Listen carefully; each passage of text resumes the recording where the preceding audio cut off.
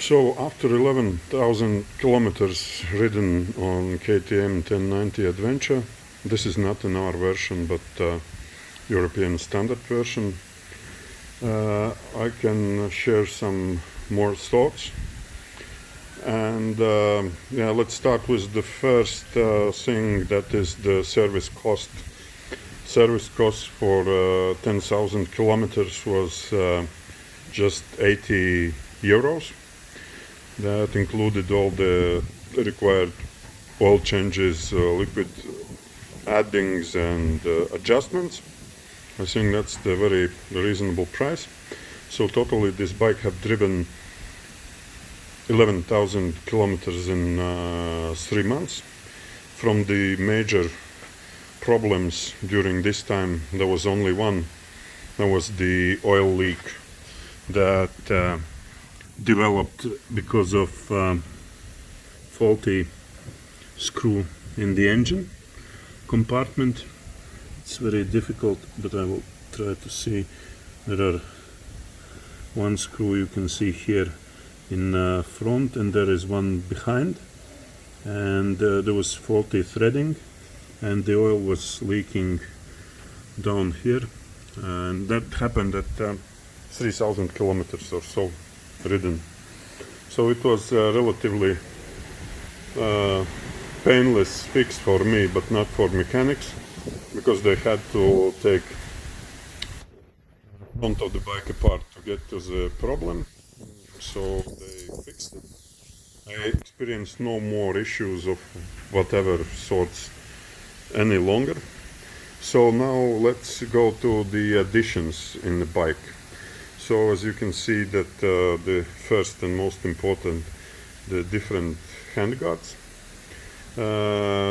because just I don't trust so much the stock ones, because once I dropped it for the first time, what happened, I actually broke the lever, and the bloody guard stayed intact, so I changed the handguard right away. So as you can see also here is the heated grips added. I find it like really helpful, especially on these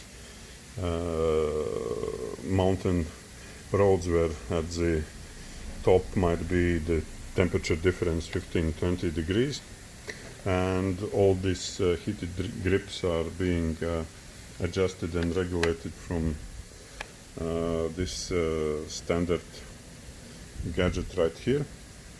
So what else? As you can see, I added foldable mirrors for off-road use. I also added from the TourTech holder for GPS unit, and I can say that this is like really well made unit, and that also replaces the stock bolts, which is much nicer and much sturdier fitting. So from the recent additions, I have here added KTM Power Parts seat. I'm 1.90 m tall, and this seat is roughly 2 centimeters higher than the stock seat, and that's a big help for me, as my knees don't need to bend, and even these small 2 centimeters are helping to feel me more comfortable. That's number one. Number two, with this higher seat I feel more comfortable while sitting on the current steering wheel setup. And as you can see, I also added from TourTech 2.5 centimeter bar riser. That's like really helpful point while standing up, again at my height. Maybe the people who are a bit shorter will not need that, but for me this setting with the power part seat and the bar riser of 2.5 centimeters is absolutely perfect. One of the first things I did is I added the rally pegs. Also humongous difference in the comfort. I have like size 13 US or 47 EU size boot, and now I can really ride really comfortably. Also here from R&G are just frame plugs that kind of tidies up all the look and closes unnecessary holes. I also ordered, and I will receive this week, the protection for the engine, and also I'm gonna receive the skid plate from KTM Power Parts. So far they're in transit. Also this bike has added crash bars, and on the top of them additional Tour-Tech crash bars, which I find helpful to have. And here at the rear end you can see the Tour-Tech fitting for the aluminum panniers. What else do we have here? We have tires. That is Dunlop Trailmax Mission. Interestingly enough, there's a story that when the mechanics were fitting these tires, they fitted it in a reverse manner, meaning the tires were fitted against rotation, and I was thinking that no, I have some kind of weird situation while braking, but I was thinking, well, maybe tire is new and that's how it should be, but really not. And thanks to one of the people who was watching the video with the new tires, when I posted it, he said that listen, you have to pay attention, you have mounted these tires other way around. And when I talked to the guys in the KTM service, they were rather surprised, and they said that no, we were fitting it in direction of arrow rotation, right? And I said like, well, but look, the arrow shows another way. But they said no, there was an arrow that showed correct way, and what they mistakenly took for an arrow was actually this Dunlop trademark, and they were thinking that this is the fucking arrow pointing the direction of rotation, where basically it isn't. The right one is located right there. So yeah, KTM mechanics were a little bit embarrassed by this thing, but well, this is the first time they were mounting Dunlop tires. Usually they work with different tires that were mounted perfectly correctly. So I have ridden with this tire 2000 kilometers.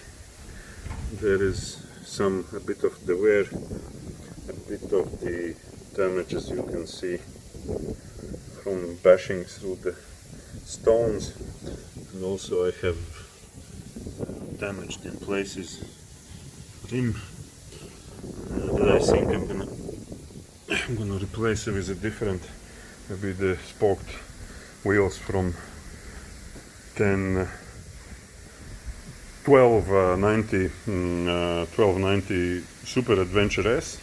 They have in the Power Parts exactly the same size wheels as these cast wheels, but those are just like the spoked wheels. I think that will give me an extra flexibility. So from what else? Oh yes, certainly. I cannot live without it. I added some bling, so yeah, just to please myself and my own sight. And upper crash bars I told you about. And what else? Yes, and I also added from Tour-Tech the mudguard riser, as recommended by wise people from internet, and like why not? It's relatively cheap exercise. Also here we have the radiator guard, and the new skid plate is on the way. So headlight protection, it looks a bit flimsy, but well, I think it does its job fine.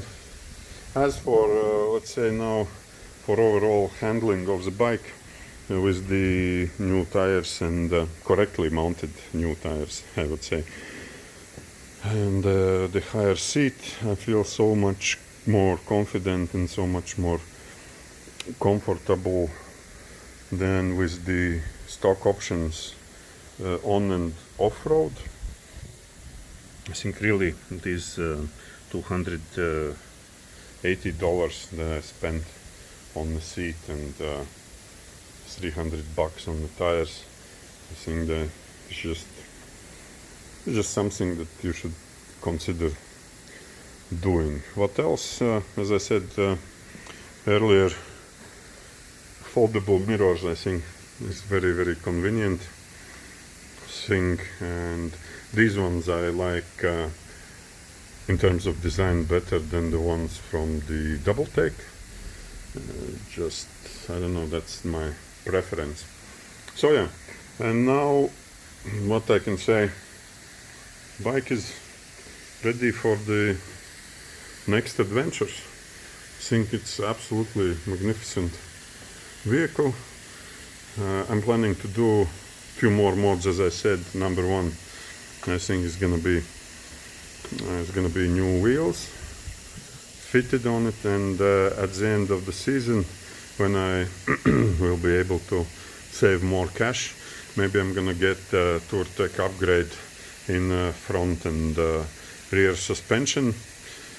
People say it does magic for the ride, so but the price is also like a magic. It's upgrade for this bike is gonna set me back of 2.8 thousand euros, but I like the bike enough. I'm not gonna sell it anytime soon, at least I think so that I will invest in additional upgrades, basically to max it out and see what I am capable of riding on this bike, because the bike is definitely very, very capable machine, and I'm a happy buyer. I got it with a good discount for just a bit less than 9,000 euros, new from the showroom, the so-called COVID discounts.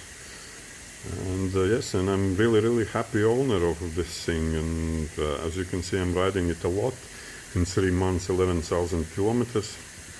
And once the borders are going to be finally opened, I think this one is going to chunk up another 10,000 kilometers before the end of this year. So roughly 25,000 a year on this bike. I think it's very reasonable figure. I'm happy owner.